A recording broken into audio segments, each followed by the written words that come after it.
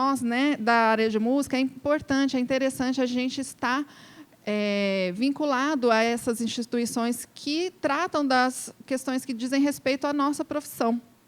Porque qualquer coisa que a gente intenciona de melhoria, de busca por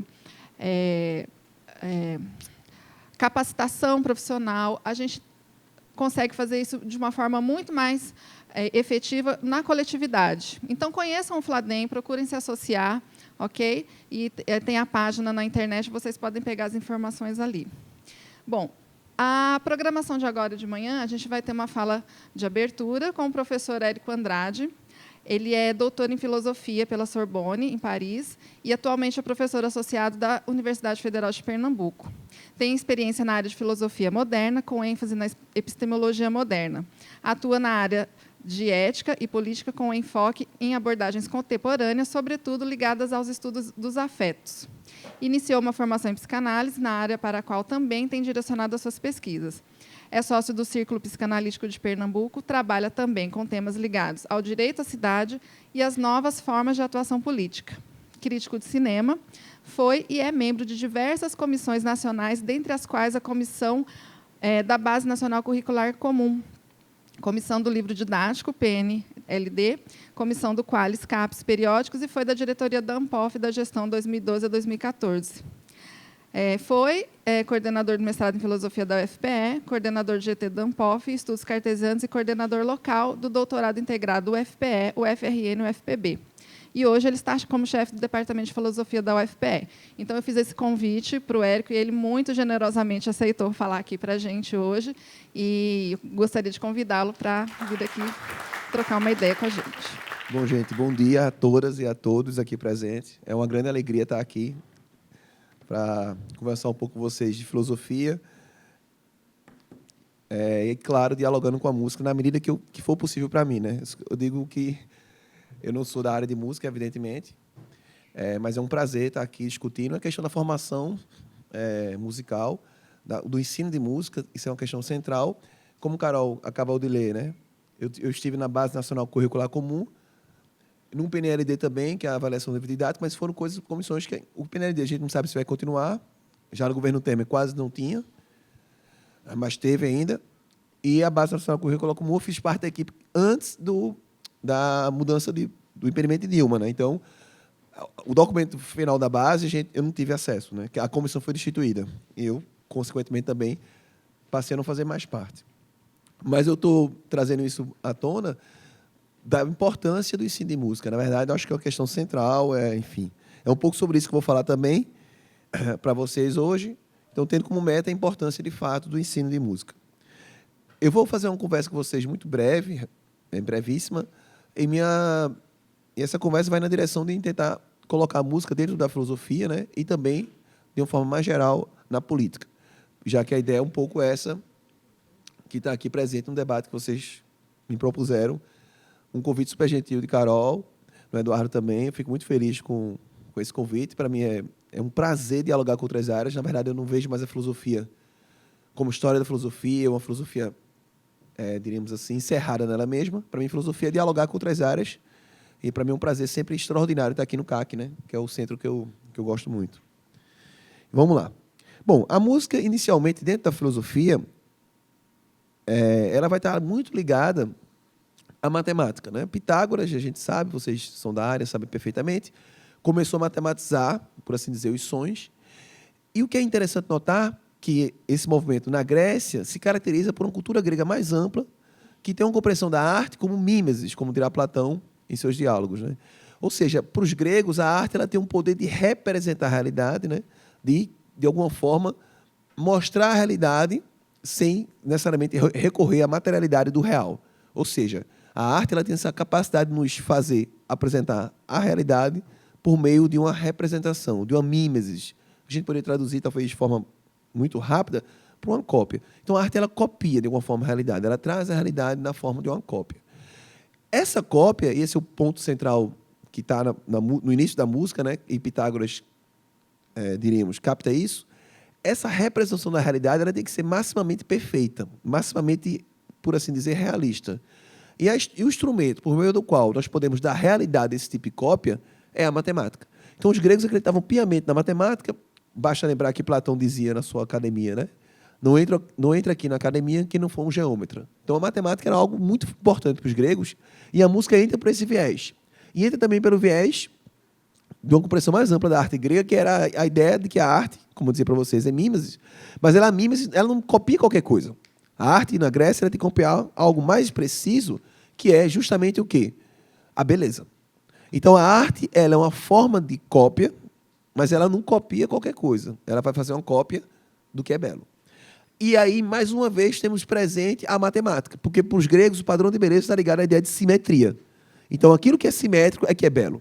Consequentemente, a própria música tem essa ideia de harmonia. Então, na Grécia, se pensa a música a partir desse horizonte mesmo, não é?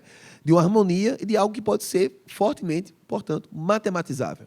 Então, a ideia de matemática e de música compõe, por assim dizer, um ideal mais amplo da arte grega, que era a arte que copia o que é belo, mas copia o que é belo de forma milimetricamente calculada, né? A simetria como padrão, por exemplo, importante de beleza e, consequentemente, para a arte.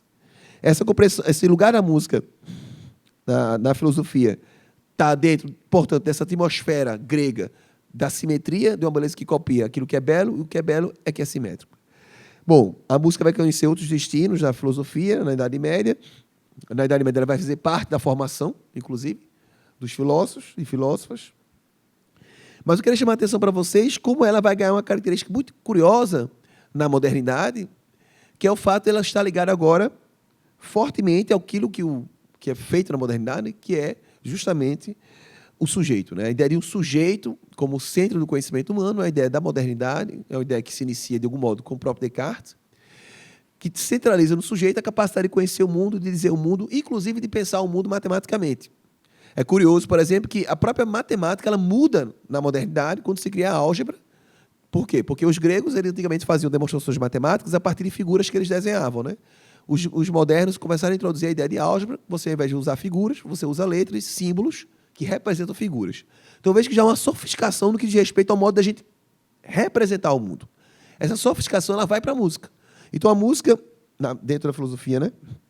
A música ela começa a ser vista, sobretudo agora, como uma forma de mobilizar nossos afetos. Então, a música ela tem um caráter de mobilização das paixões e, curiosamente, o primeiro livro que Descartes escreve é um livro de música. Não é? Então, temos lá Pitágoras, na Grécia, Descartes, mais de 1000 anos depois, escreve um livro, escreve seu primeiro livro, é um livro de música. E o livro é Compêndio Musicae, Compêndio de Música, o livro foi escrito em latim, e é curioso notar que a ideia de matemática na música também permanece. O livro de música de Descartes é um livro também de matemática, ou seja, tentando matematizar a música, e isso é tão importante, porque mais na frente a matemática vai permitir justamente o aprimoramento da audição, enfim, de uma série de coisas que eu vou falar mais para o final da conversa.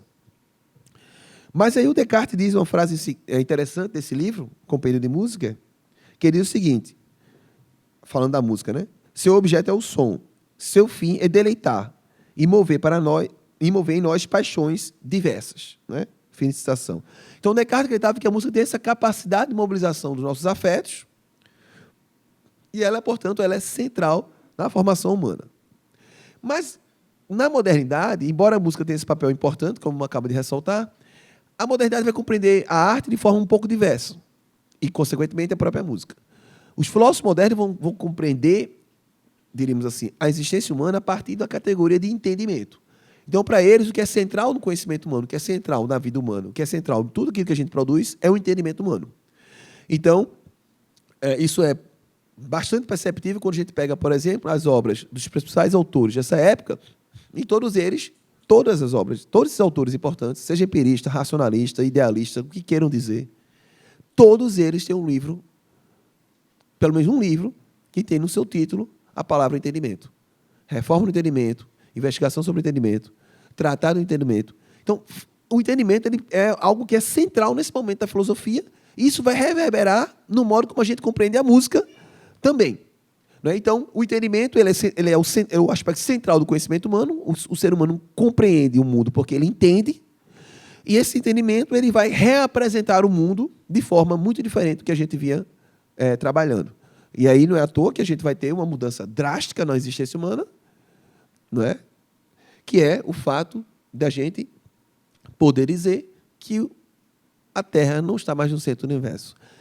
Isso que para a gente é óbvio, espero que seja, né? Estamos num momento tão difícil, né? Que eu tenho até medo disso, né? O pessoal já dizendo que Newton está errado, etc. e tal, eu já fico com medo, né? Assim, tipo, mas até então acho que é óbvio, né? Espero que, né, que todo mundo aqui tenha tranquilidade, que é óbvio.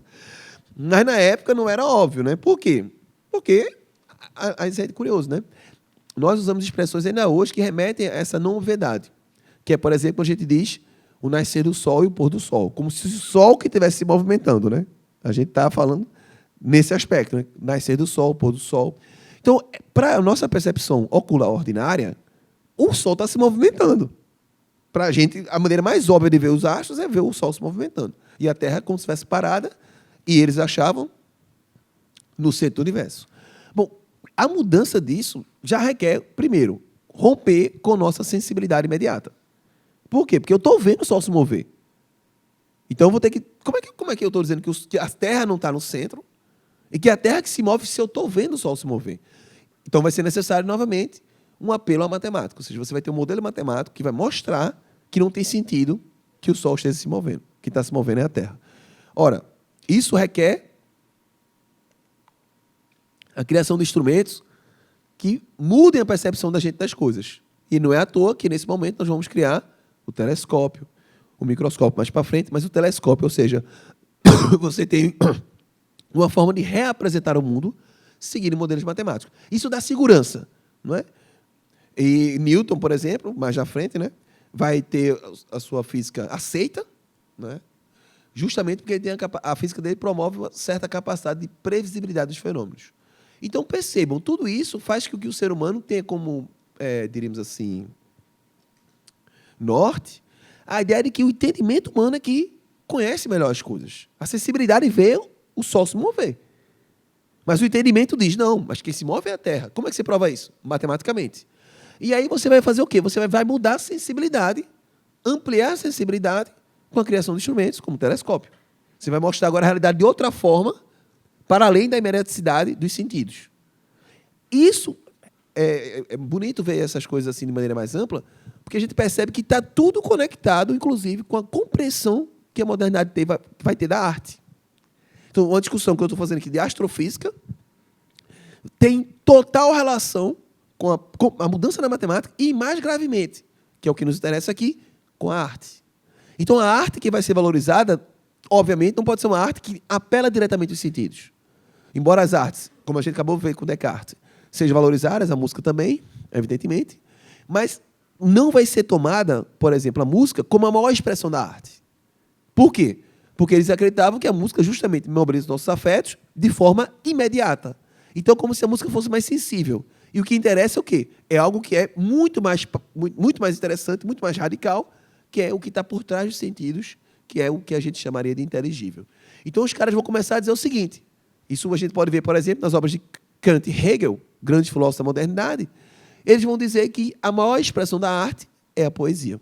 E por que a poesia? Porque a poesia é a palavra, uma palavra, um significante que refere-se a algo que a gente não está tendo um acesso imediato. Quando a gente lê uma poesia, a gente não está lendo a poesia e dizer, eita, estou vendo uma árvore, ou estou ouvindo um som. A gente tem que recorrer ao quê? A um entendimento, à imaginação, para entender o que a poesia está dizendo. Então, a poesia não é algo, para não expressar a galera, né? Não é algo que é imediatamente, diríamos assim, acessível. É algo que requer o quê? Toda a construção, diríamos assim, cultural, eles diriam também espiritual, todo um desenvolvimento do entendimento humano que permite compreender a poesia. Então, embora a poesia, evidentemente, tenha som, ritmo, etc., né? A gente pode discordar claramente desses filósofos, né?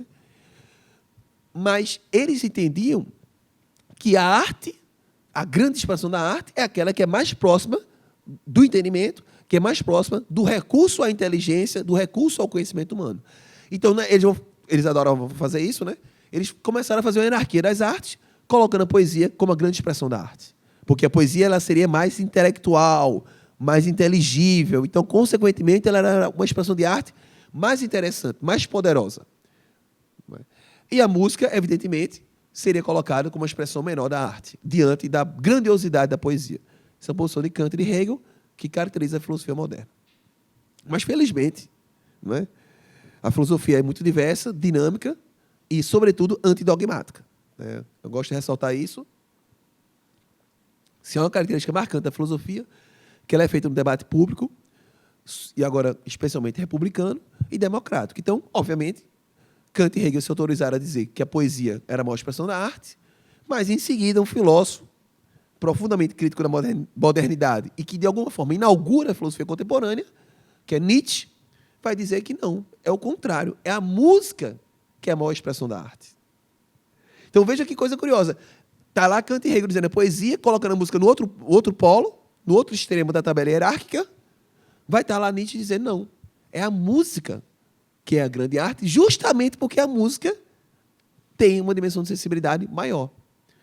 Nietzsche era poeta e era músico, só para deixar claro. Ao contrário de Kant e Hegel, Nietzsche, de fato, escreveu poesia e também compôs músicas. Né? E ele vai dizer que a música tem esse poder. Eu vou citar uma frase de Nietzsche, só para a gente ter uma noção. Ele diz o seguinte: a pior das músicas pode ainda sempre significar, frente ao melhor dos poemas, o fundo dionisíaco do mundo. Vou repetir a frase. A pior das músicas pode ainda sempre significar, frente ao melhor dos poemas, o fundo dionisíaco do mundo. Então veja como é completamente contrário de Kant e Hegel. A música, mesmo a música, Nietzsche diz, não boa, ela é muito mais significativa do que a poesia, do que um poema. Por quê? Porque a música, ela não se aproxima daquilo que Nietzsche chama de dimensão dionisíaca. Dionisíaco aqui quer dizer sensibilidade, paixões, afetos. Então, para Nietzsche, a música ela mobiliza a nossa existência, porque ela mobiliza nossos afetos, e é nesse ponto que ela é grandiosa. O fato dela ser imediata, diferentemente da poesia, a poesia você lê e imagina. A música, que a gente acabou de escutar brilhantemente, ela nos toca de forma imediata. Na música não há mediação. Certo? Não há mediação na música. Então, a música ela contrapõe-se a um histórico do ponto de vista filosófico, de compreensão do mundo, centrado, inclusive, na visão. O paradigma da visão é um paradigma reinante do ponto de vista da história da filosofia. E, obviamente, as artes que teriam essa dimensão visual vão ser colocadas no primeiro plano. E a poesia ainda mais fortemente por quê? Porque a poesia está para além daquilo que a gente vê. Porque está no âmbito do que a gente imagina. Então, quando Nietzsche traz a música para o centro da filosofia, ele está quebrando com a tradição milenar de colocar na visão, primeiramente, o sentido humano mais primordial. Não é? E as palavras que a gente usa, todas elas vêm de visão. Né? Intuição é visão, teoria vem de visão. São palavras que todas elas se relacionam, de algum modo, com a ideia de visão. E Nietzsche não. É justamente a música que é a arte mais importante. Né? E ela é mais importante porque ela é sensível. O que era uma forma de desqualificar a música na filosofia passa a ser, com Nietzsche, a forma de colocar a música no primeiro plano. Não é? Ele diz ainda, Nietzsche, que só a música colocada ao lado do mundo pode dar-nos uma ideia de que deve ser entendido por justificação do mundo enquanto fenômeno estético. Então, a música ela tem essa capacidade de mobilizar nossos afetos, e essa mobilização que ela promove nos nossos afetos é o que a faz grandiosa. Essa capacidade de nos fazer desalojar dos nossos centros, nossa racionalidade, é o ponto central da música. Não é? Então, ao contrário de uma arte que é valorizada a partir do entendimento humano, da centralidade da razão, Nietzsche propõe a música como a arte que revela e que nos remete a essa dimensão dionisíaca da vida, essa dimensão que a vida é experimentada e experienciada e vivida na sua própria experimentação. Uma vida que é, diríamos assim, algo que se arrisca, um risco. Né? A vida que não se esgota numa representação. A vida que é muito mais ampla e densa do que simplesmente aquilo que a gente pode copiar como se estivesse copiando a realidade. Então, a gente começa a notar que a música passa a ter uma ideia de criação. A música não tem uma dimensão apenas de uma cópia de um som, de uma mímese de um som, mas a música ela passa a criar, diríamos assim, sensações estéticas. Então, a música ela passa a ser algo compreendido como uma criativa. A música cria. Né? Então, você pode podemos perceber que a própria noção de formação musical ela vai sendo mudada, né? Porque a música não deve ser entendida apenas como disciplinamento dos sentidos, do corpo, né? Disciplina do corpo para poder tocar, por exemplo, mas a música como algo que cria. Ela performa, se quiser usar os termos mais contemporâneos, ela performa a gente no sentido que ela nos mobiliza, nos faz ser criativos, nos revela dimensões do humano que não estão dadas na pura cópia. Então a música ela não copia, ela cria. Mas vem o capitalismo, né? E com o capitalismo tudo é devorado e cooptado em nome da venda. E a música, dentro da filosofia, da história da filosofia, e agora também do ponto de vista historiográfico também, ela passa a ser algo que diríamos assim, objeto de mercadoria. É evidente que a música e os músicos e músicas sempre venderam mas venderam seus materiais. Bach é um exemplo disso, né? Fazia música sobre encomenda e músicas assim, extraordinárias. Então, trabalhar e ganhar dinheiro com música não é nenhum problema. Absolutamente não diminui a arte, isso é um idealismo tolo, um romantismo tosco. Mas o que acontece no capitalismo não é mais apenas um comércio da música, mas é uma objetificação da música ao ponto de ela se tornar agora a mercadoria. Isso não acontece apenas com a música, no capitalismo. Eu estou fazendo uma conversa com o público de música, né? Estou enfatizando a música. Mas isso está nas outras artes também. Mas na música isso entra de maneira voraz.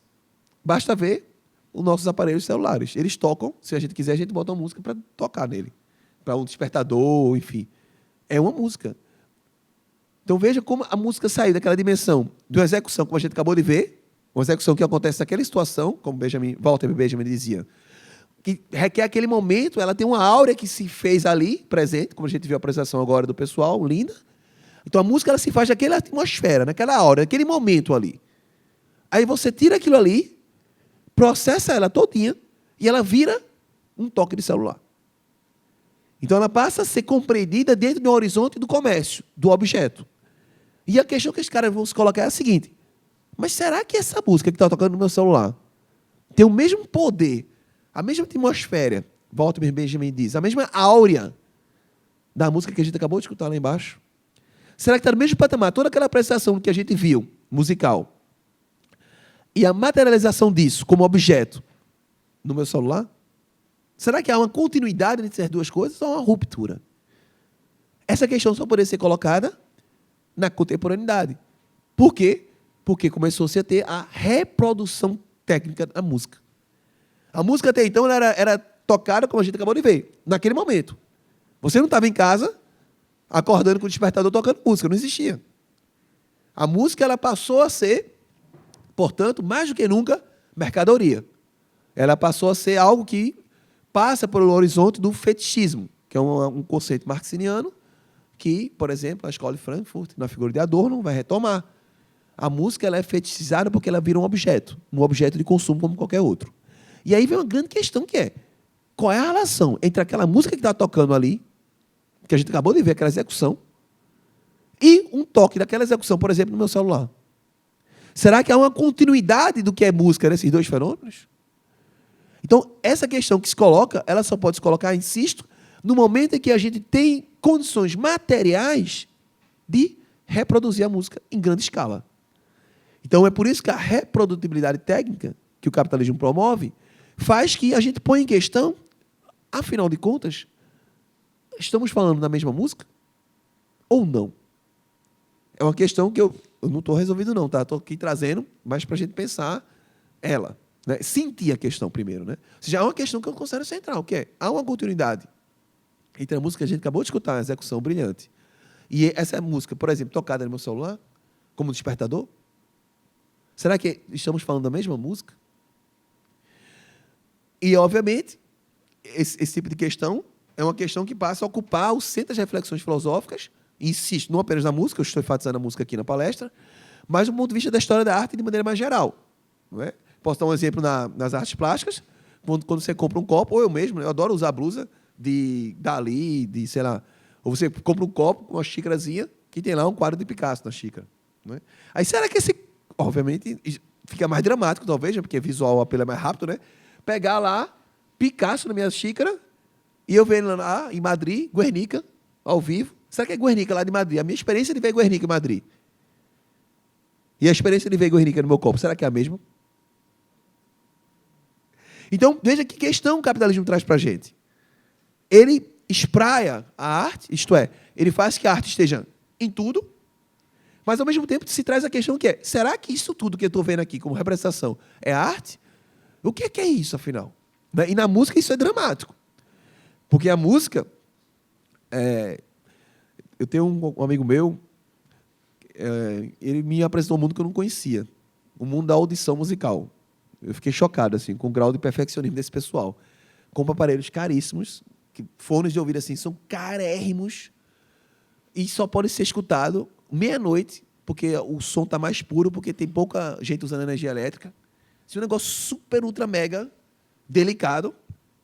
Eu descobri isso um dia desses. Fiquei assustado, né, com esse grau, com esse mundo paralelo que tem aqui em Recife, em vários lugares do Brasil, né, mas em Recife, pessoas que são audófilas, né, audiofilia, ou seja, pessoas que estão ligadas à audição. E o que é isso? Você pega um instrumento, um fone, e você escuta. E aí não precisa nem ser de música para entender isso. Basta ser uma pessoa que tem assim, curiosidade, como eu, por exemplo. Né? Você escuta a música, você escutar a música nesse fone desse meu amigo e escutar a música no meu celular ou no meu tablet, nossa senhora, a diferença é colossal. Você escuta instrumentos que você não escuta numa audição comum. Então, a música ainda é mais delicada, por quê? Porque a capacidade de engenharia, de a gente copiar o que a gente acabou de ouvir, por exemplo, essa execução musical, é muito mais complexa. A audição, já a visão é menos complexa nesse aspecto. Né? Então, recuperar toda a audição de uma execução musical em loco, feita no momento, não é fácil. Mas está se criando cada vez mais isso, né? Cada vez mais instrumentos de audição que permitem esse tipo de reprodução. E aí a gente começa a pensar o seguinte: será que por si só a técnica é um problema para a música?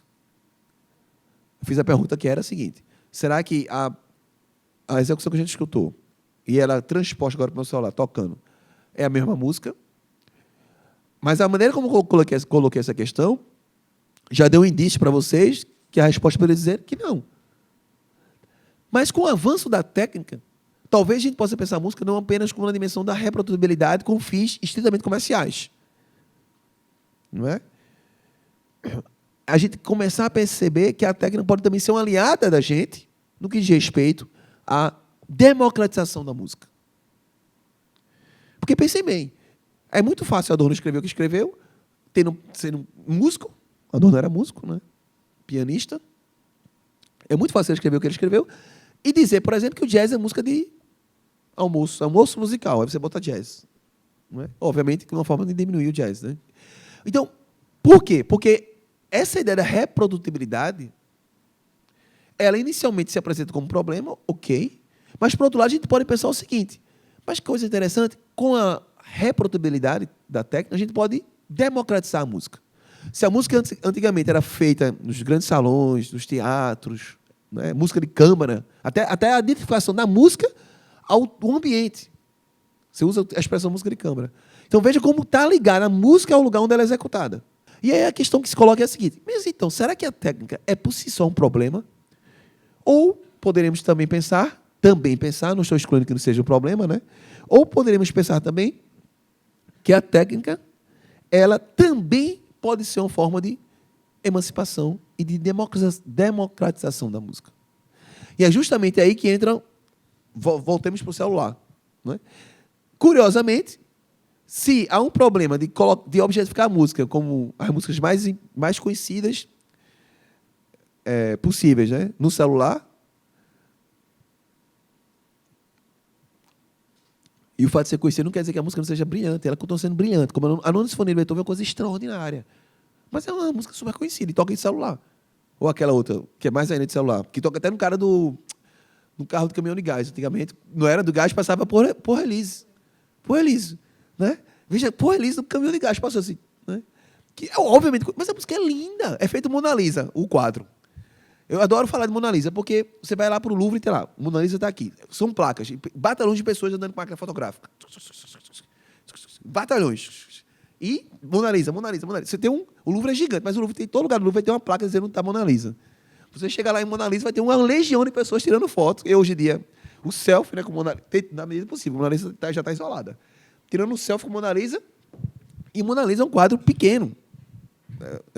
Mas é um quadro brilhante. Brilhante. É uma coisa genial a antecipação do impressionismo que Da Vinci faz. Dentro do ponto de vista da história da arte, especialmente das artes plásticas. O quadro não perde valor por isso. Então, uma crítica que Adorno fazia é dizer, as pessoas só vão porque é famoso. Meu irmão, pode ser, mas o negócio não fica menor porque é famoso ou deixa de ser famoso. Então, é começar a entender a arte também como uma forma de emancipação. A gente não precisa estar apegado nem do ponto de vista de uma crítica de arte que vai dizer o que é bom e a gente vai porque é bom, porque é famoso, etc.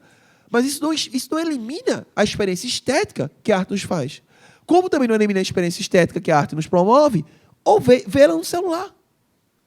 Pelo contrário, a gente pode trabalhar com a ideia de uma democratização da arte que passa, inclusive, pela facilitação que a gente tem de produzir arte. A gente pode pegar, mesmo um aparelho não sofisticado, gravar uma música, jogar nas redes sociais e, de repente, essa nossa arte está aí acontecendo. Isso é uma forma muito interessante que a gente tem de democratizar. É a questão do uso social das redes sociais. A gente pode fazer um uso social, de articulação política e, obviamente, da educação musical. Então, entender agora que a técnica ela não apenas traz problemas para a arte, como ela também pode trazer formas de libertação, de democratização da arte. E é justamente isso que eu queria trazer para vocês como, diríamos assim, encerramento dessa breve conversa, que é entender que a reprodutibilidade e o espraiamento e as diversas possibilidades de fazer arte hoje democratizam mais a arte. Então, você sai, inclusive, do cânone eurocêntrico para trabalhar agora com várias formas de expressão de arte que podem ser disponibilizadas por qualquer pessoa. Isso é que é grandioso. É a capacidade que nós temos de nos reinventar. Então, a gente pode ver a relação com a técnica agora de forma diversa. Você sai de uma hegemonia, diríamos assim, de formas de música, de execuções musicais, e passa a trabalhar um caráter contra-hegemônico em que há diversas formas de se apreciar a arte, de se expressar a arte e de se veicular a arte de forma pública. Então, a democratização passa da arte, e esse caráter emancipatório que ela tem, passa justamente por isso que a gente tem hoje, por essa capacidade de fazer a arte ecoar em diversos lugares, diversos ambientes, e talvez em lugares que ela nunca poderia chegar por dificuldade de acesso. Não é? Mas, diríamos assim, então, mais do que nunca é importante a educação musical. Porque a gente possa entender que a arte não é privilégio de nenhuma cultura, de nenhum lugar, de nenhum ser, de nenhum gênero, mas que a arte é, diríamos assim, aquilo que há de mais tocante na gente, porque ela, diríamos assim, habita dentro da nossa pele. É isso, gente. Obrigada, Érico, pela fala maravilhosa de abertura aqui do nosso evento. Uma coisa que eu esqueci de falar no início, o título, né, da nossa jornada é Educação Musical. Cadê? É um nome grande. Educação Musical, Democracia e Práticas Emancipatórias, Perspectivas e Abordagens. A Jornada Fladem está acontecendo simultaneamente em todos os estados onde existe representação Fladem. A maioria dos lugares está acontecendo hoje, mas em algumas cidades foi ontem, na sexta-feira, e em algumas cidades na quinta-feira. Mas a grande maioria está reunida hoje discutindo justamente essas questões relacionadas à nossa área. Nós vamos dar sequência agora com uma mesa redonda, e eu gostaria de convidar aqui para compor. Vai ser uma mesa redonda para a gente tratar sobre questões específicas do ensino de música na nossa cidade e região metropolitana também. Nós temos a participação super especial. Gostaria muito de agradecer a presença do vereador Alcides Teixeira Neto, do PRTB. Ele é autor da Lei Municipal 387/2017 que dispôs sobre a implantação obrigatória do ensino de música nas escolas da rede pública e privada do município de Recife. Então, hoje ele está aqui com a gente para discutir um pouquinho sobre o PL dele e somar, né? Enfim, a gente vai trocar algumas ideias aqui. Também gostaria de chamar para a mesa a professora Clésia Garcia Andrade. Clésia é colega nossa do Departamento de Música aqui, doutoranda em Música na área de Educação Musical pela Universidade Federal da Paraíba e mestre em Música de Educação Musical pela Universidade Federal da Paraíba também. E a Clésia é a nossa professora que trabalha com estágio. Então, ela está em contato direto com a realidade local do ensino de música aqui na cidade de Recife. E, para completar a nossa mesa, eu gostaria de chamar o professor Eduardo Simões. O Eduardo é um parceiro muito importante aqui na educação musical do Estado. Ele aceitou o convite para ser representante do Fladem aqui, né, no nosso Estado. É licenciado em Música pela UFPE, especialista em Ensino de História das Artes e das Religiões pela UFRPE. Foi professor na Escola Técnica de Criatividade Musical e, atualmente, é professor de música no ensino fundamental na modalidade EJA, Educação para Jovens e Adultos das redes municipais de Jaboatão dos Guararapes e Olinda.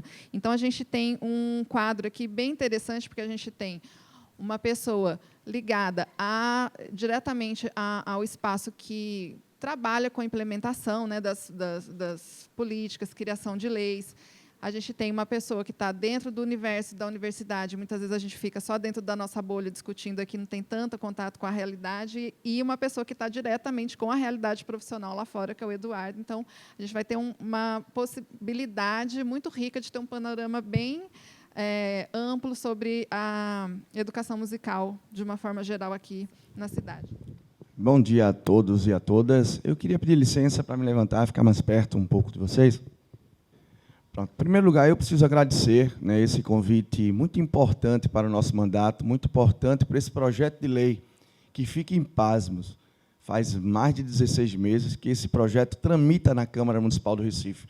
É um absurdo não poder levar esse projeto a plenário para discutir os 39 vereadores a necessidade, um compromisso que a gente possa buscar na Prefeitura do Recife, que um projeto simples, como professora, eu tenho que aqui dizer que é um projeto que inicia, as crianças têm a iniciar o ensino de música na sala de aula, mas desde lá de trás, enquanto eles ainda não conhecem o que a arte, o que a música pode trazer para a sua vida, para o Recife, para Pernambuco e para o mundo. Porque essas crianças, a médio e longo prazo, serão profissionais na música, serão professores de música e serão excelentes profissionais que vão levar, como já disse, o nome do Recife, o nome daquela escola municipal para o mundo. Mas é assim que a gente começa esse projeto. Posso dizer a vocês que não está sendo fácil, posso dizer a vocês que as barreiras são muito grandes e esse fórum aqui, onde tem pessoas que vivem a música, é que, hoje eu quero até lhe dizer que quem vem aprender aqui somos nós, é o nosso gabinete, é o nosso mandato, que vem buscar aqui forças junto de cada um e cada uma para melhorar o nosso projeto, mas para que a gente possa ganhar as ruas, porque temos que o povo a perceber que mais uma matéria na sala de aula, mas não é qualquer uma matéria na sala de aula. É a iniciação à música para os seus filhos, na realidade é quem mais precisa do ensino na sala de aula, que é os filhos do trabalhador, que amanhã, como já disse, serão excelentes profissionais na música e vão viver até da música. Aqui eu escutei muito no primeiro palestrante e sei que escutarei muito mais da mesa e dos alunos e de quem realmente vive a música 24 horas, inclusive dormindo, sei disso. Sei a importância da música na vida de cada um e cada uma que aqui está.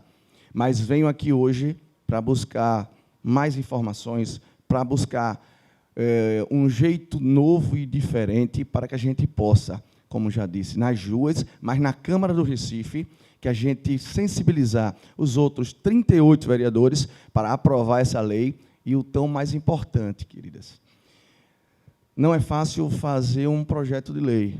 É difícil aprová-lo, mas o mais difícil é fazer ser cumprido. a importância do cumprimento de uma lei, isso eu digo na esfera municipal, estadual e federal, porque existe uma lei federal que versa que todo e qualquer aluno tem de obrigação e de direito a aprender aprender música no ensino fundamental, começando do ensino fundamental, mas em todas as escolas do Brasil. E é isso que a gente quer deixar fazer lei, aprovar, mas que seja cumprida. Mas o mandato do vereador, mais uma vez, volto a dizer, só é muito pouco. Nós precisamos, e aquelas crianças precisam a iniciação, a música nas salas de aula. Por isso que eu agradeço muito. Né? E é muito importante, como já disse para nós, estar aqui nesse grande, rico debate, para que aqui a gente possa, a partir de segunda-feira, na Câmara do Recife, mudar o que, por estar travado, mudar esse projeto, melhorar esse projeto e que seja aprovado ainda esse mês. Esse projeto vá para discussão no plenário da Casa e que a gente consiga aprovar. Mas, para isso, hoje eu vim mesmo foi pedir a vocês que venham unir forças, nos dar as mãos e que a gente possa aprovar esse projeto aqui no município do Recife e que levar ele para o Estado e que ele seja cumprido também no Brasil. Né? Como já disse, né, o debate vai ser amplo, eu preciso de coisas simples, de informações que nós não temos, para que a gente possa, na Câmara do Recife, aprovar esse projeto e dizer que, naquela casa, o gabinete do número 17 estará sempre com as portas abertas aqui para essa Universidade Federal, para essa universidade que aqui forma verdadeiros profissionais, aqui forma o pai de família que vai levar para aquelas crianças, quem mais precisa, o ensino fundamental, básico, universitário. Porque tenho a dizer a vocês que a maior profissão que existe é a do professor. Que o professor forma um médico, mas forma também um engenheiro. Mas, por isso, que eu quero dizer que o nosso gabinete está à disposição de vocês. Estou aqui aberto para que vocês perguntem, que vocês vejam o que é que podem nos ajudar e o que é que eu posso ajudar também nessa grande luta que sei que vocês, todos os dias, todos os meses, vocês estão encabeçando. Muito obrigado a todas, muito obrigado a todos, e preciso mesmo da ajuda de vocês. Olá, bom dia, gente, tudo bem? Agradecer a presença aqui de vocês e da mesa também. Todos estamos aqui como voluntários e em prol do ensino da música, né, nas escolas. O que o vereador colocou aqui é a questão da lei, né, que não adianta só exigir que seja feita uma lei, tem que se exigir que ela seja cumprida, certo? Então, isso aí nos traz a questão de movimento, certo? Houve um movimento para que fosse efetivado, né, o ensino da música nas escolas, né, que se fosse colocado... A ideia é essa, é o quê? Ter o ensino de música nas escolas. A música nunca deixou de estar na escola, tá certo? A luta não é essa, não é a música na escola, simplesmente, é o ensino da música na escola, tá? Porque isso foi retirado nos anos 60, né? A gente tinha no currículo, tinha esse ensino de música através de canto orfeônico, né? Foi com Getúlio Vargas, e depois que Getúlio Vargas saiu, também tiraram também música. E de lá para cá, algumas escolas mantiveram música no seu currículo. Por exemplo, a gente tem aqui no Recife, tem o Colégio Equipe, que, ao meu entender, tinha, não sei como é que está, mas ele por muito tempo. Depois aí a gente vai ter a colaboração de alguns colegas aqui que estão por dentro mais da parte da área privada, do ensino privado. Mas, enfim, a questão de movimento.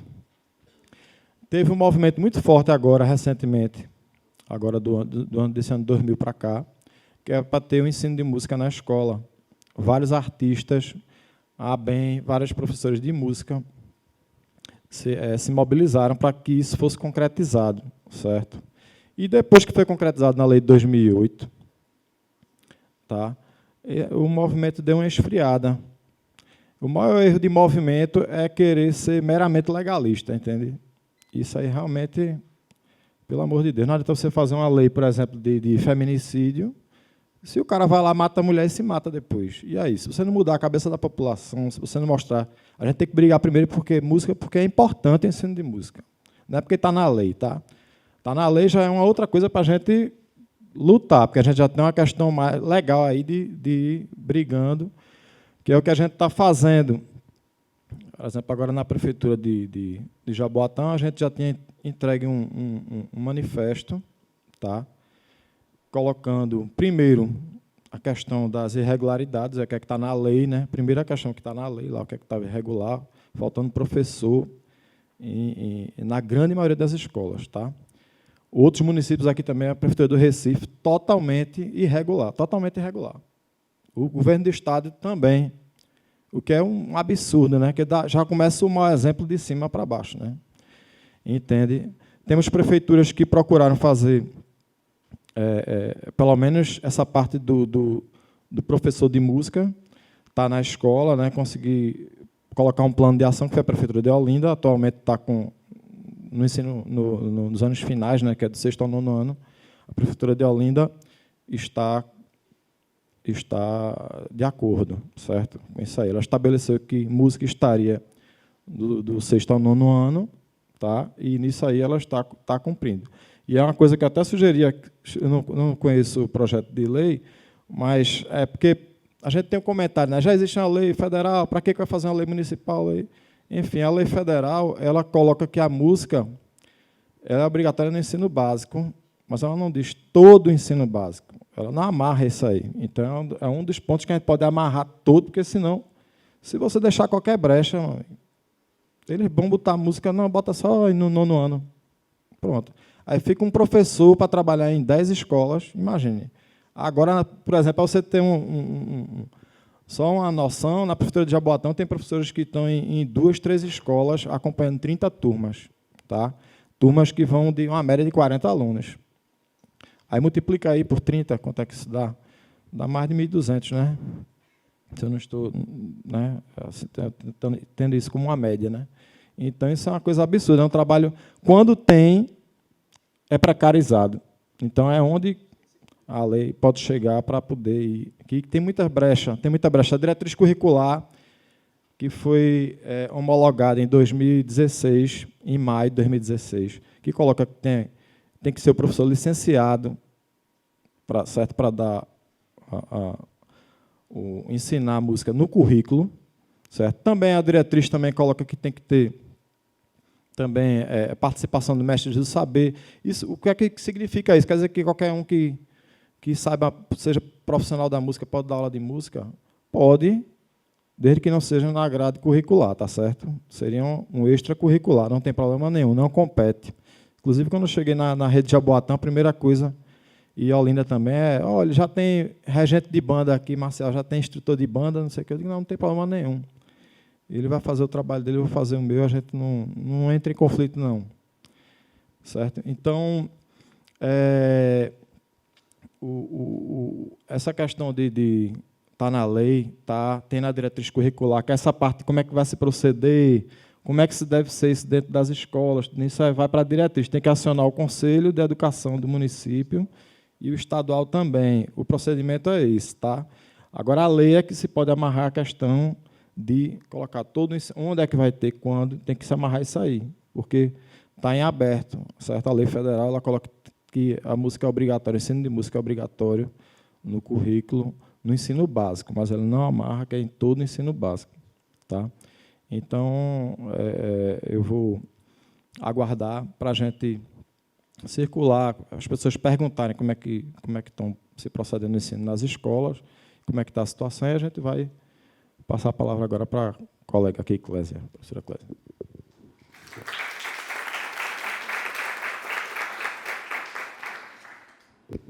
Bom dia a todos e a todas. Agradeço, Carol, pelo convite. Também é um prazer conhecer o vereador Alcides, professor. Já tem um convite depois para você, viu? Mas eu fico feliz da gente compartilhar um pouco do que a universidade vem desenvolvendo na área de estágio.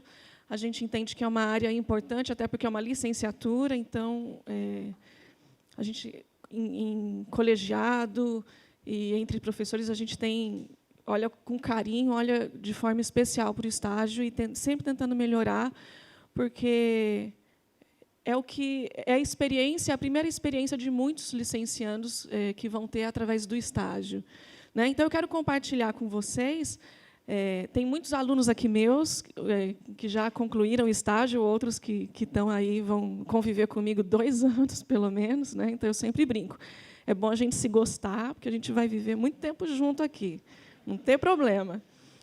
Então, eu quero compartilhar e depois abrir para perguntas. E nós estamos em vias de implementar um novo projeto pedagógico curricular. Então, eu vou mostrar o que a gente tem hoje e o que a gente está propondo nessa nova reestruturação. Né? Então, eu sou professora das 4 disciplinas de estágio e também coordeno essa área. A gente tem uma ementa no nosso... Pode ir passando. A gente tem uma ementa que ela cobre essas 4 estágios 1 a 4. Né? Então, é uma disciplina prática de caráter formativo e pré-profissional, desenvolvida em escolas e outros ambientes educativos. Esses outros ambientes educativos, a gente entende escola específica de música, como os conservatórios, projetos sociais, iniciativas do terceiro setor, que são campos também de atuação do professor de música, além da escola básica. Então, hoje, o nosso estágio ele propõe uma vivência nesses 3 contextos. Né? Por que que a gente não foca só na escola básica, por exemplo?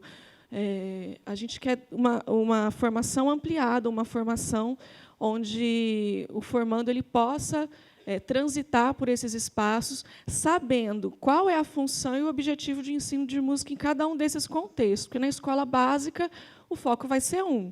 Se eu vou para o terceiro setor, o foco do ensino de música pode estar voltado para a transformação social, para a profissionalização através da música. Se eu vou para uma escola de música, eu vou ter características diferentes. Então, são essas vivências e essa consciência que eu venho propondo ao longo das 4 disciplinas de estágio. A gente tem uma estrutura hoje, pode descer o próximo slide. A gente tem o primeiro estágio, o segundo estágio, que são muito parecidas à estrutura. Nós temos 90 horas por semestre, né, por período. 30 horas são de aulas aqui comigo. De 20 a 30 horas, os estagiários realizam observação e regência de aulas, e eles têm 30 horas para trabalhar com planejamento de aulas, relatórios e orientação para a elaboração de aulas. No estágio 1, eles vão para a escola de música. Então, nós temos 2 instituições conveniadas, que é o Centro de Educação Musical de Olinda e o Conservatório Pernambucano de Música. Os estagiários só podem ir para locais conveniados. Isso é através da própria resolução e diretrizes da UFPE. Sempre me perguntam, poxa vida, por que o Centro de Criatividade não está? Né? Já fui lá, já visitei, já conversei com professores, com a direção, mas os convênios são formados através desse diálogo e do interesse da instituição em firmar o convênio. Então, se a direção se dispõe, fica animada, mas não encaminha o ofício, eu fico de mãos atadas. E a gente tem um impasse também no convênio com o Estado de Pernambuco. A universidade vem dialogando, mas parece que existem impasses, tanto que nós temos o convênio com o município de Recife e vários outros, mas não temos ainda com o Estado. Então, se fecha o convênio com o Estado, todas as escolas estaduais e o centro de criatividade que é ligado ao Estado, automaticamente seria um novo campo de estágio. Quando nós vamos para estágio 2, o foco é projetos sociais, instituições do terceiro setor. Então, a gente tem várias instituições conveniadas, mas dessas, o que melhor tem funcionado até hoje é a Orquestra Criança Cidadã, a Associação Área e Fraternidade Peixotinho. Então, essas 3 instituições têm suprido a nossa demanda, e eu tenho mantido sempre um diálogo com os professores, com as direções e coordenações desses lugares, e é o que tem funcionado bem. Às vezes me perguntam, mas tem um projeto tal e tem um outro tal. Então, para que eu possa se consolidar como um campo de estágio satisfatório para nós precisamos ter um contato, visitar, conhecer as instalações, quem são esses professores que estão dando aula, qual é a oferta de atividades musicais. Então, por mais que a gente tenha várias ONGs conveniadas, nem todas elas conseguem atender às nossas necessidades. E aí eu vou para estágio 3, estágio 4, que é focado na escola básica. A gente tem esse cuidado de deixar 2 períodos para a escola básica, porque a gente tem uma complexidade diferente na escola básica. Geralmente, os alunos que procuram um conservatório, que procuram um projeto social, eles têm uma motivação intrínseca, ou, às vezes, é os próprios pais que procuram a instituição para que o filho tenha uma atividade artística, esportiva, o que quer que seja, no nosso caso aqui, musical. Na escola básica é todo mundo.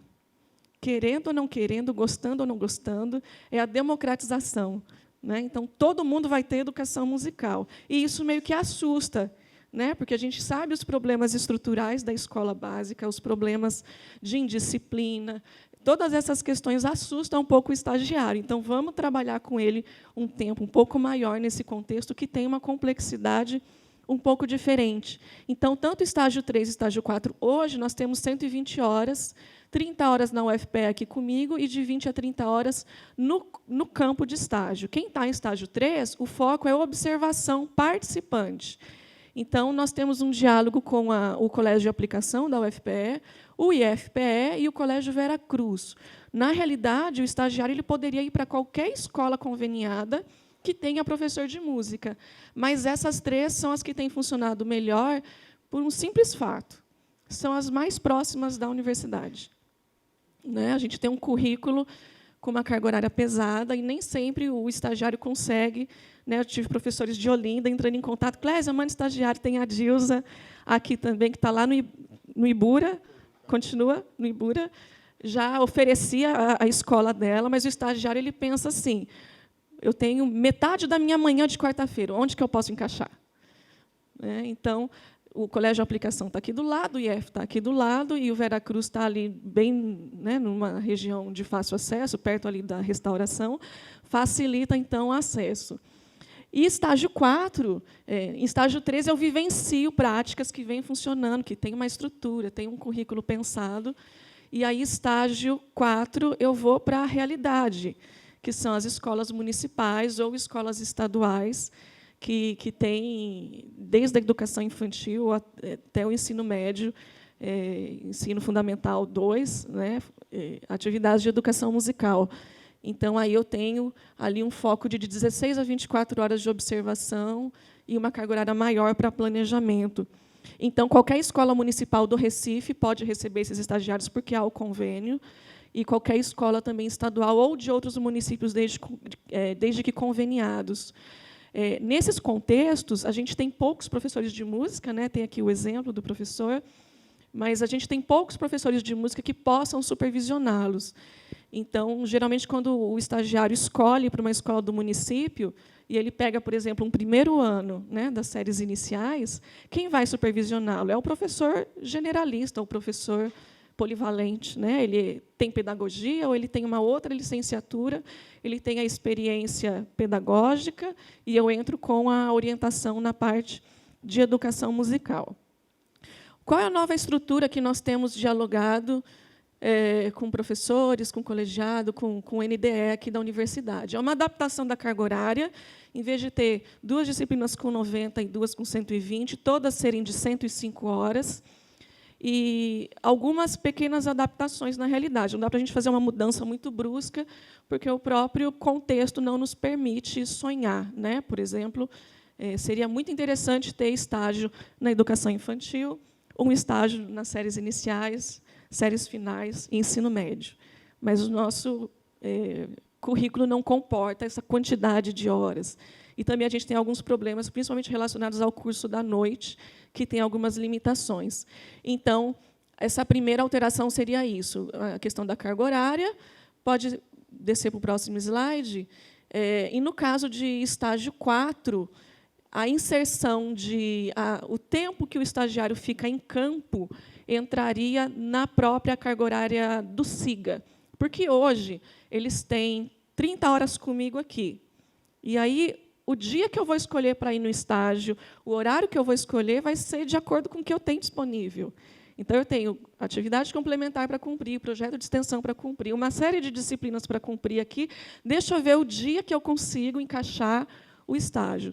Se eu tenho um dia e um horário assegurado no próprio sistema da universidade, eu consigo amarrar melhor um horário com as escolas. Olha, quarta-feira nós temos disponível para enviar estagiários, vocês querem? E aí eu acredito que fica menos tenso para o estagiário conseguir encaixar toda a sua carga horária. Então, essa é uma proposta que nós temos trabalhado no estágio. Alguns desafios que eu tenho notado ao longo desses 3 anos que eu estou trabalhando como professora de estágio e coordenadora. O primeiro é conciliar a oferta de vagas com a disponibilidade dos licenciandos, né? Então, quem chega em estágio 1, 5º período, ele já sente o drama, né? Que dia que eu tenho livre, que horário que eu tenho livre, para onde que eu posso ir? Qual que é a instituição mais perto, qual a instituição que está no caminho? E aí eu tento, na medida do possível, oferecer o máximo de vagas possível, mas, mesmo assim, principalmente para os alunos da noite, tem essa dificuldade. Então, não necessariamente o estagiário escolhe com base naquilo que ele quer ou na sua experiência. Ele acaba escolhendo com base no horário que ele tem disponível. Então, seria muito bom se a gente invertesse isso. Eu sou mais voltado para a musicalização, eu sou mais voltado para a área de disciplinas técnicas, percepção, harmonia. Vou escolher uma turma de acordo com essa já habilidade que eu venho aprimorando na licenciatura. Então, o ideal seria esse. O segundo aspecto é que a gente deve ampliar o número de instituições conveniadas, porque isso também favorece essa oferta de vagas. Quando eu amplio o número, eu tenho que ampliar também o diálogo com as instituições. Então, é um desafio manter sempre em dia reuniões. Então, semestralmente, eu visito as instituições para conversar, para afinar as ideias, levantar problemas. Tem alguns professores aqui, Cláudia, né, da Criança Cidadã. Então, sempre que, na medida do possível, também que a instituição disponibiliza, eu estou lá conversando para a gente amarrar tudo certinho e não ter dúvidas, né? Na escola básica, um dos desafios é o estagiário propor um projeto de educação musical que atenda às perspectivas teórico-práticas atuais. Porque nem todo diretor, nem todo professor, ele compreende quais são os objetivos dessa educação musical, né, que a gente está desenvolvendo. Como o professor Eduardo, né, colocou, a música está na escola. Então, muitas vezes eu visito as escolas, mas a gente faz música praticamente o dia inteiro. Falei, que ótimo. Mas e a educação musical? Né? Então, falta essa compreensão. O que a gente quer dizer quando a gente está defendendo a nossa área, querendo uma lei, querendo concursos? Que educação musical é essa? Então, geralmente, quando eu visito as escolas municipais ou escolas do Estado, eu tenho essa conversa com professores e diretores e explico. Às vezes, a gente não tem instrumento musical nenhum. Como é que eles vão dar aula? Né? Então, aí é uma oportunidade para explicar o que é essa educação musical que nós tanto almejamos. Nós temos professores pedagogos e licenciados de outras áreas que desenvolvem trabalhos consolidados, já, principalmente nas séries iniciais. E a própria LDB ela prevê isso, que nas séries iniciais de educação infantil é o professor generalista, mas ele precisa de formação continuada. Nós não temos formação continuada em música em Recife. Então, o ideal seria ter um diálogo, até com a universidade, a gente está disponível para fortalecer isso, para que esse professor receba o estagiário mais consciente do que é esse trabalho de educação musical. Ainda na escola básica, oferecer oportunidade de estágio em todas as modalidades de ensino. O estagiário ele escolhe, em estágio 4, uma etapa. Né? Eu coloquei ali modalidade, mas é etapa. Ou ele vai para a educação infantil, enfim. Acho que meu grande sonho como coordenadora de estágio seria oferecer essa vivência ao longo de toda a escola básica, mas isso ainda não é possível. E a gente tem também um embate, porque quando eu me formo em licenciatura em música, geralmente as escolas privadas acabam contratando para a educação infantil e para as séries iniciais. Porque depois que ele entra no Fundamental 2 e vai para o ensino médio, o foco é aprovar, né, Enem e tudo isso. Se eu vou para a situação da escola pública, aí eu tenho já uma outra situação, que são as séries finais e o ensino médio. Então, por isso, esse desejo meu de ampliar o estágio para toda a escola básica. E, já fechando, as limitações do estágio no curso noturno. Geralmente, quem estuda à noite ele tem uma jornada de trabalho menos flexível. Então, se eu trabalho das 8 da manhã às 6, como que eu vou estagiar? A escola básica, eu tenho turmas de EJA, eu tenho turmas de ensino médio no período da noite, mas se eu gostaria que esse estagiário fosse para a educação infantil, se ele não tem disponibilidade ao longo do dia, é uma experiência que vai passar, e ele só poderá ter se um dia ele for atuar realmente nesse contexto, né? E adequar o cronograma de trabalho nosso aqui com as diretrizes da UFPE. Tem uma série de resoluções, tem uma série de prazos a serem cumpridos, que nem sempre nós damos conta. Né? Existe um seguro obrigatório, com datas assim muito específicas. Então, muitas vezes, os estagiários vão para o campo antes do seguro estar cobrindo eles. Por quê? Se eu ficar esperando, por mais que eu entregue no prazo a documentação, se eu ficar esperando esse seguro, a data correta do seguro, atrasa, porque o calendário da UFPE não caminha com o calendário do Estado ou do próprio município. E, encerrando a minha fala, a cada semestre são propostas melhorias, né? Então, essas melhorias elas ocorrem com base no feedback dos alunos, aquilo que a gente vai dialogando ao longo do semestre, e também nessas conversas com as direções, com os campos de estágio. Então, isso colabora para a gente sempre melhorar a oferta de estágios e encaminhamentos que nós temos aqui ao longo do semestre, né? O nosso grande desejo é oferecer um contato mais próximo possível do campo de trabalho, para que o formando esteja consciente do seu papel, dos desafios e possibilidades de desenvolver um trabalho significativo e contextualizado com a realidade do aluno, da instituição e da própria concepção que nós temos hoje de ensino de música na contemporaneidade. Eu agradeço a oportunidade, né, de compartilhar com vocês o que nós temos desenvolvido e também estou aberta para perguntas e dúvidas, caso alguém queira, né, esclarecer algum aspecto. Obrigada.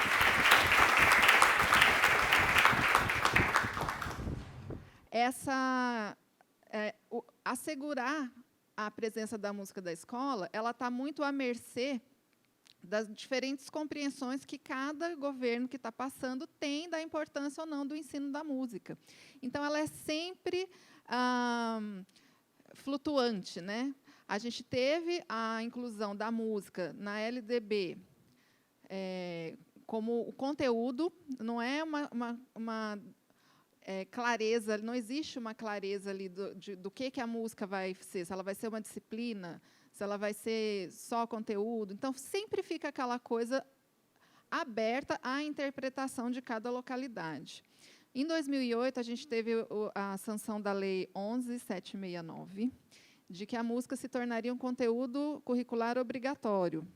Novamente, o conteúdo curricular obrigatório pode ser interpretado de diferentes formas, de acordo com o que cada localidade compreende ou a diferença de importância que se atribui a esse tipo de conhecimento específico.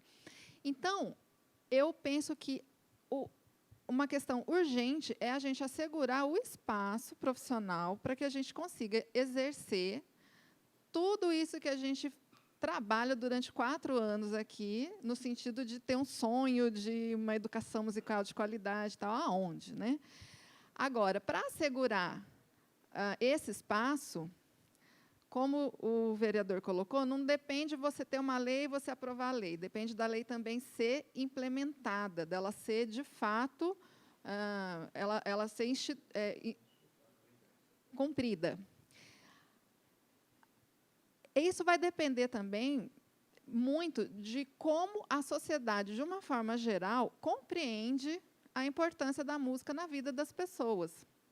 Se a gente tem uma sociedade que só imagina a escola como uma escola que visa preparar uma mão de obra especializada para um campo específico de trabalho e acha que a música não tem uma importância, a gente não vai ter apoio dessa sociedade pressionando as instituições para que a música seja implementada, porque eles não vão imaginar que isso vai fazer diferença na vida dos filhos dele.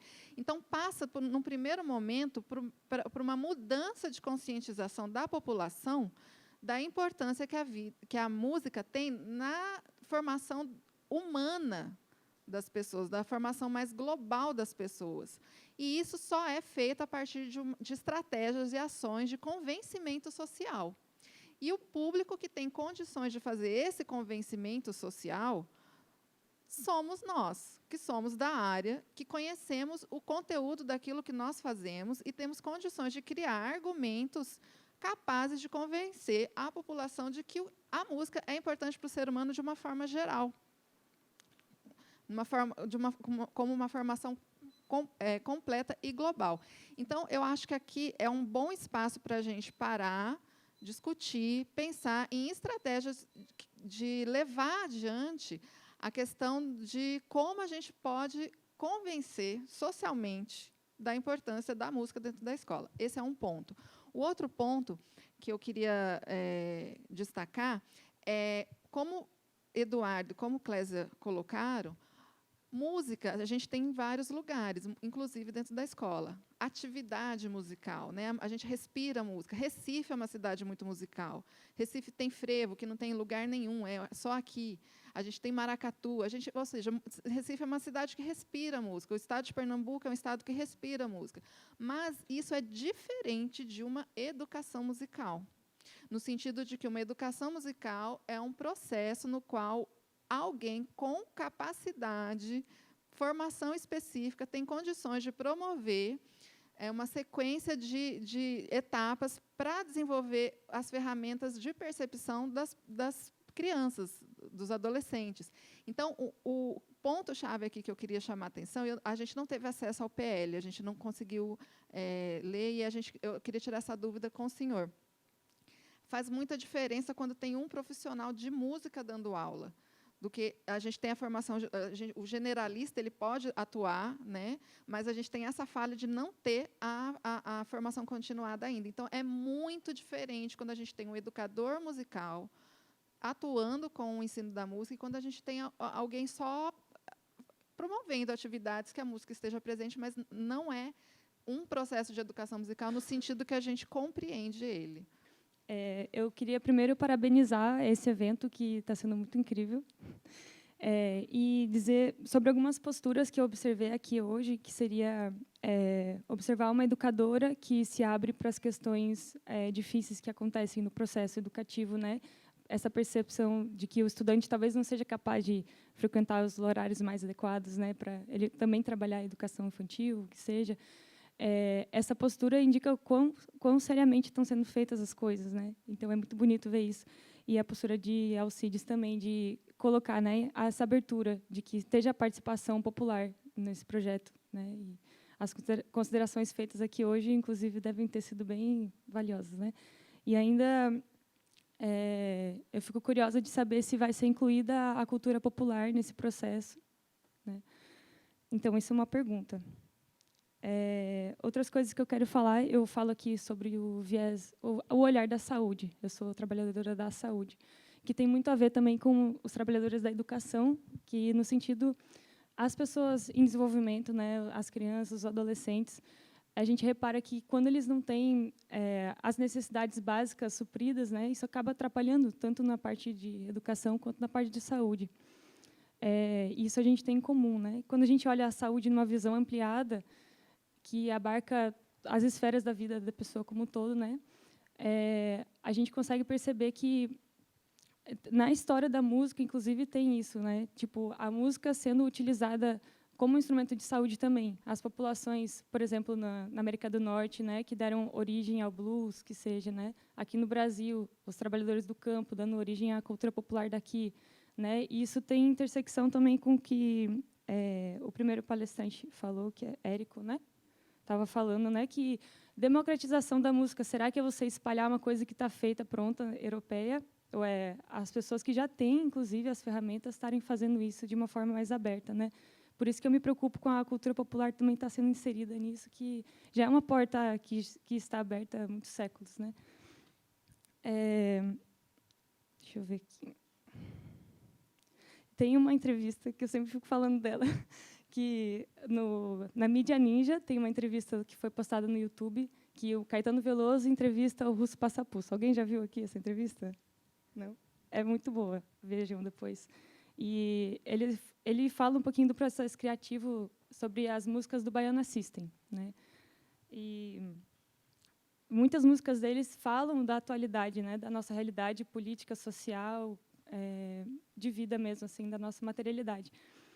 E eu achei bonito que foi falado isso também, que eu nunca tinha ouvido falar nisso, que a música né, ela age, ela cria, ela não é só cópia, ela cria.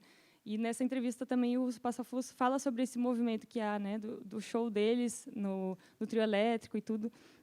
Eu achei muito bonito também ressaltar isso, quanto a nossa cultura popular, né, tem a ver com essa possibilidade de expansão da música nos ambientes, seja na saúde, seja na educação. E uma última coisa é que a gente vem passando por um processo difícil agora, né, como em outros momentos da história do país, em que estão acontecendo muitos desmontes, não só na educação, na cultura, mas também na saúde, né, cortes e tudo, e que a gente não perca a esperança e que a gente tome como exemplo também outros momentos da história em que aconteceu isso, né, e que, por exemplo, a gente olha o momento da ditadura no Brasil, como foi rica a produção cultural, né, esse pode ser mais um desses momentos, e que talvez o norte seja isso, a gente está no dia a dia junto com as pessoas, né, e a gente também se entender como, que nem Ana Carolina estava falando, e a condição de trabalho da pessoa que vai botar isso em prática, né, que tem a ver com essa lei também.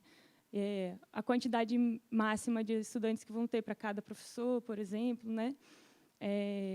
Então, a gente se vê nessa posição também. Será que quem tem um trabalho mais intelectual não é trabalhador também, né? Então, só fazer essas considerações e parabenizar a todos.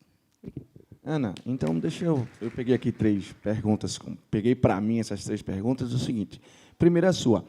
A gente, nesse nosso projeto, a gente determinou que seja feito um concurso público, que eu acho que seria a maior e a mais justa forma de ter mais de 230 professores concursados no município do Recife, que estarão aqui. Alguns de vocês serão professores da rede municipal, passando por um concurso público, ou a seleção interna, ou até uma seleção simplificada, que é o que costuma se fazer na Prefeitura do Recife, que eu quero dizer a vocês que eu sou contra. Eu prefiro que seja um concurso público, que estejam funcionários públicos, porque do funcionário público o gestor não pode exigir que ele direcione na época da eleição e o concursado não, mas a seleção simplificada sim, que aí ele às vezes faz o que o poder público, que o gestor da época quer fazer. Já são 230 professores, então a outra pergunta seria um professor para cada escola, professor contratado para aquela escola, né, para que a gente possa, assim, o professor está dando atenção em uma única escola, manhã e tarde. É isso que versa a nossa PLO, nosso projeto de lei, e que ele será aprovado com mudanças que vai sair aqui. Anotei algumas coisas, tem a nossa assessoria aqui também, que vai anotar tudo que já foi dito e que vai ser dito aqui nesse fórum, para que a gente possa melhorar cada vez mais esse projeto. Só para completar, a respeito do que ela falou também sobre a questão de identidade, né? Não foi isso? Respeitar, né, as tradições populares, foi isso que eu entendi? Não. Também? Né? Isso. Veja bem, a própria LDB ela coloca que o ensino, no geral, do ensino básico, ele vai ter uma base nacional comum e vai ter uma parte diversificada, certo?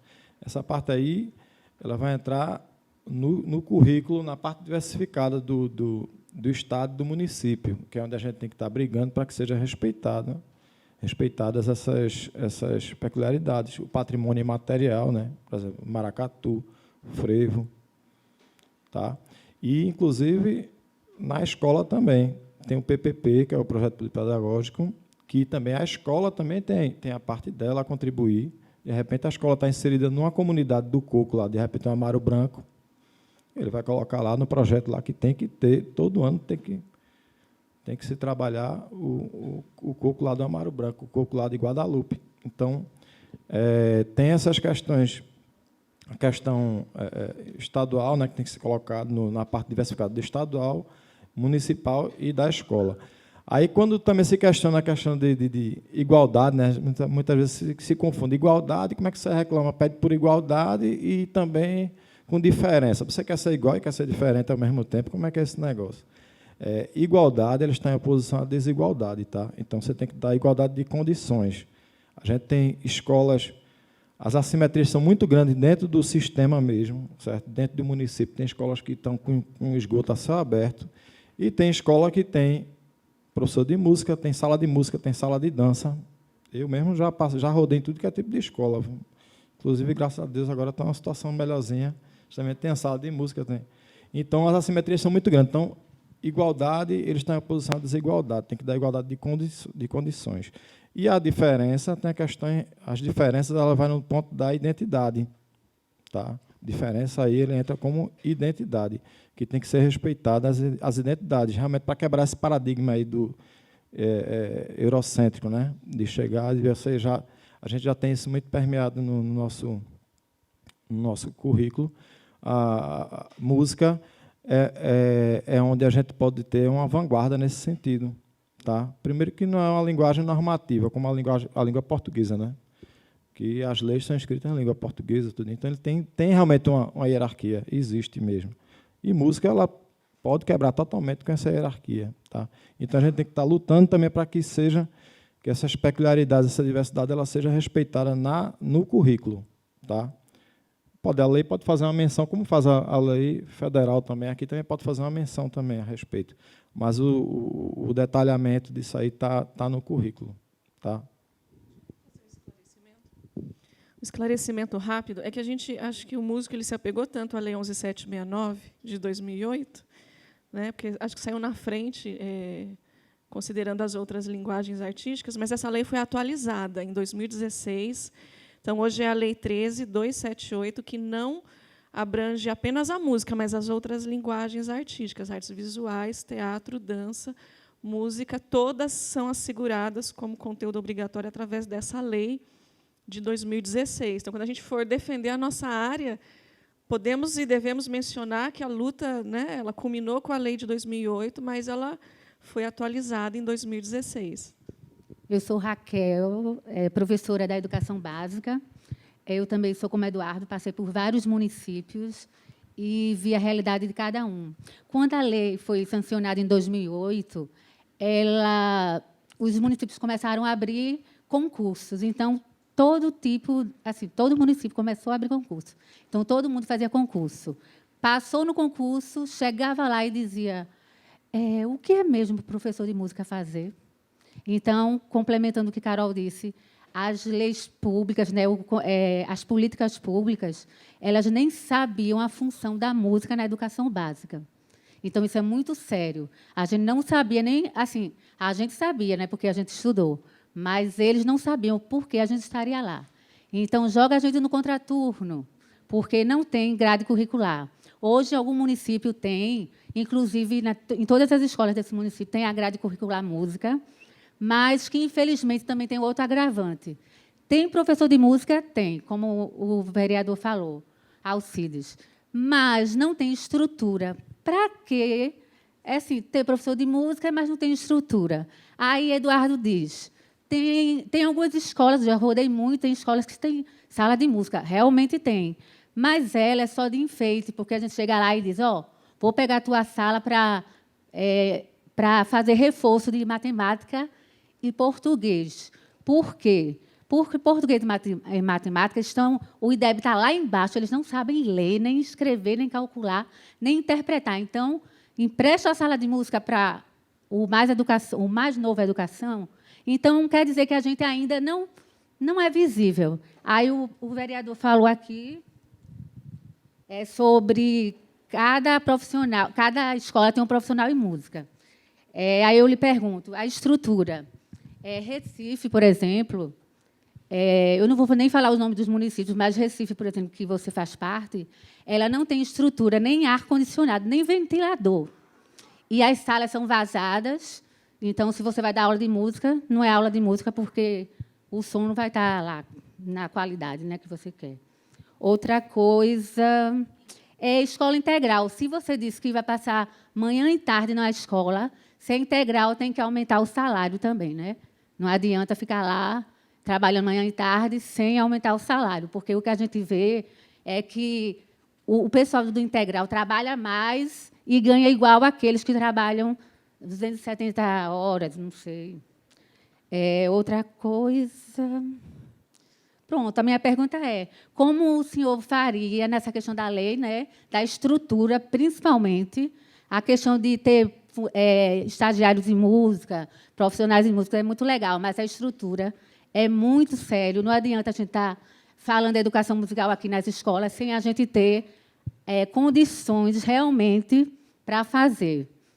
Porque a gente sai rouco, sai doente, toma Rivotril, né? Então, a estrutura, a sala de mais de 40 alunos, você chega, não tem nem como movimentar, porque a música é movimento.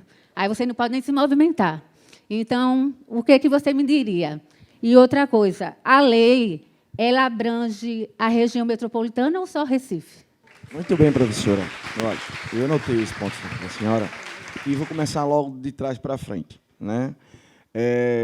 Quando eu falo que o ensino na sala de aula, que precisa de um professor na escola, para que ele possa dar atenção a N salas, né? Eu preciso que esse professor tenha uma excelente estrutura, que seja contratado para isso.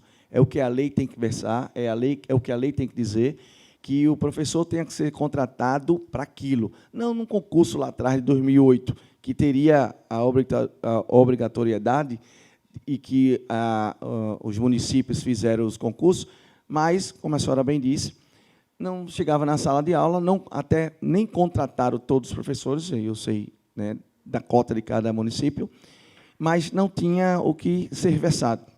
Mas não é isso que a lei que a gente está construindo, inclusive aqui, nesse fórum, vai ser dita.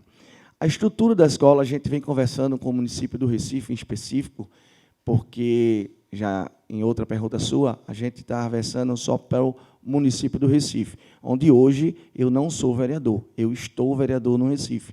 Então, enquanto eu estiver vereador do Recife, eu estarei lutando por uma excelente, uma importantíssima lei para os nossos filhos e os nossos netos, e por outras leis que vocês podem, né, ver na nossa página, leis que vocês sofrem, que nós sofremos, que essa eu não era para estar falando aqui, mas é porque cada um aqui, para chegar aqui, na maioria das vezes, sofreu.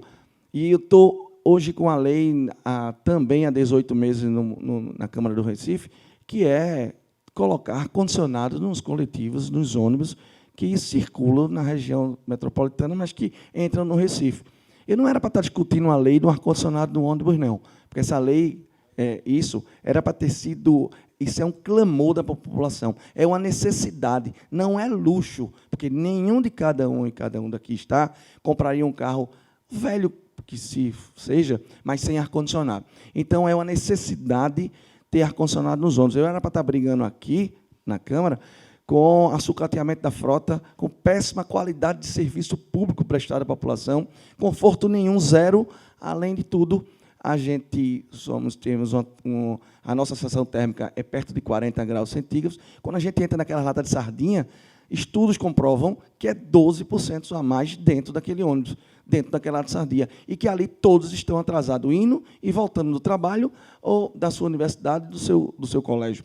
Então, são essa briga que eu compro com o município, que a senhora vê que não é fácil. Mas vamos voltar aqui. A estrutura das escolas, nós estamos dialogando com o município, com o prefeito e com o secretário de Educação, dizendo a ele dizendo a nossa equipe, que é muito importante essa lei, mas tem alguns pontos que ele não consegue fazer de imediato. Mas é por isso que aqui eu tenho que dizer que saí de um fórum nacional, de um fórum internacional, que diz que os professores precisam e que os alunos merecem e tem que ter. Então, a partir de agora, todas as informações que nós temos aqui é que nós vamos lutar por ela também. E que, quando a senhora fala que a lei que nós estamos fazendo é uma lei branda, é uma lei grande, é uma lei que o povo e os professores precisam, mas eu preciso mesmo do poder público que ele cumpra essa lei. Mas volto a dizer que eu preciso da população, volto a dizer que eu preciso do povo, volto a dizer que eu preciso do pai do aluno, mas dos professores que façam essa lei ser cumprida. Foi essa a primeira pergunta sua, que como a gente vai fazer que o município cumpra essa lei, dando as mãos e obrigando que, depois que essa lei que passe, o professor já disse alguns minutos atrás, que não basta fazer só a lei, e que tem, depois da lei feita em 2008, depois de várias ações que foram feitas antes, durante e depois da lei, parou, diminuiu, esqueceu. Mas a gente não pode esquecer, porque o ensino público é muito importante. Mas quem sabe a importância do ensino público é quem está nessa grande sala aqui e que está aqui passando essa manhã, discutindo nesse fórum, para que possa cada uma fazer sua parte aqui e que daqui a gente possa ter a melhoria para o ensino de música na sala de aula no município do Recife. Eu sou Irã Santos e faço parte da assessoria do vereador Alcides Teixeira. Professor de formação, nunca fui para a sala de aula, mas tenho esse débito. Me formei em radialismo pela Escola Técnica Federal há um bom tempo atrás e hoje sou estudante de música, estudo no SEMO, já fui, inclusive, aluno da professora Adilza Raquel. E quando a gente, lá no gabinete, imaginou, né, criar um dispositivo legal, que, infelizmente, a palavra é essa, está na ementa, diz aqui, dispõe sobre a implantação obrigatória do ensino de música nas escolas da rede pública e privada do município do Recife, nas modalidades educação infantil e ensino fundamental. O que a gente imaginou, né, quando a gente criou, pensou, trabalhou e estudou essa PLO? Aí eu volto para o professor Érico, né, quando fala que a arte não copia qualquer coisa, a arte copia o que é belo, né? E o movimento da arte pela arte, eu acho que ele só pode surgir a partir do que emana o ser humano, aprendendo, vivendo e, eventualmente, ensinando. E aí a gente resolveu que seria uma lacuna a ser preenchida na cidade, porque todo mundo aqui sabe que o espólio cultural da cidade do Recife é imenso, que o espólio cultural de Pernambuco é gigantesco. Mas o que a gente observa nas comunidades, aí eu falo de onde eu moro no Ibura, moro bem perto da escola Cícero Franklin, onde a Adilza Raquel ensina. A gente vê as coisas se perdendo, né? Eu não vou aqui tecer comentários a respeito de que é importante os meninos ouvirem isso, ou o que é que os meninos estão ouvindo, o que é que os meninos estão praticando, que música eles estão ouvindo e reproduzindo. Isso aí é um outro debate, isso aí é uma outra história. O que a gente imaginou com esse PLO, o 387, é de que colocar a música como matéria específica na grade curricular nas escolas do Recife pode vir a ser, e deve ser, um canal para que a gente diga para os meninos que a música que você está ouvindo no celular, professor, é massa, mas aquela música do celular vem daqui e passa por aqui e precisa de um profissional assim, assado, para poder chegar até você.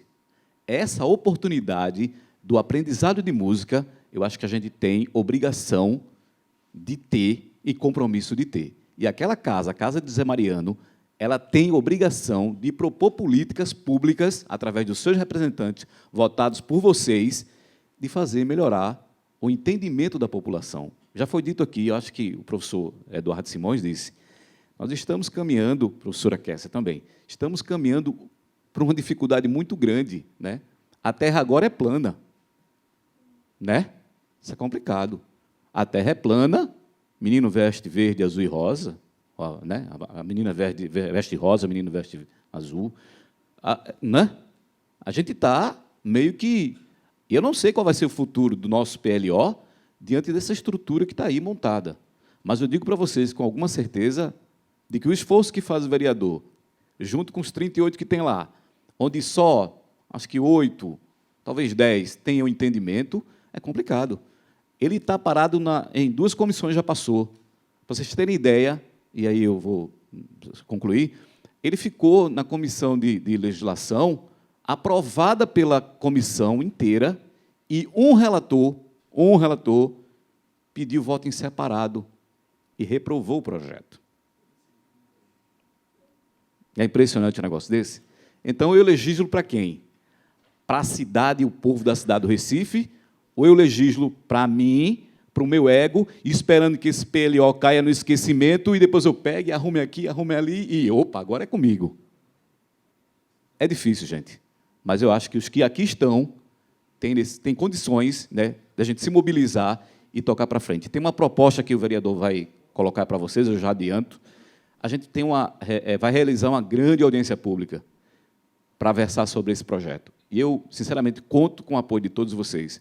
Vocês daqui do fórum, os professores, sobretudo, os alunos de música, os estudantes de música, todos, porque eu acho que isso é imprescindível, isso a médio e longo prazo, isso vai, sobretudo, deixar para muita gente, né, espaço de trabalho.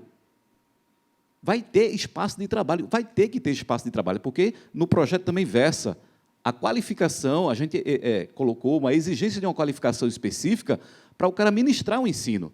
Se for já da casa, né, se for da prefeitura, capacita, forma. Se for de que vem de fora, tem habilitação, é formado, vamos ensinar. Se for pela seleção pública, também. Se for pela simplificada, pelas razões que Neto colocou aí, muito nociva, mas se for para oferecer lugar de trabalho, que seja. E aí vamos dar as mãos. Eu acho que a gente pode caminhar junto. Obrigado a todos. Deus abençoe.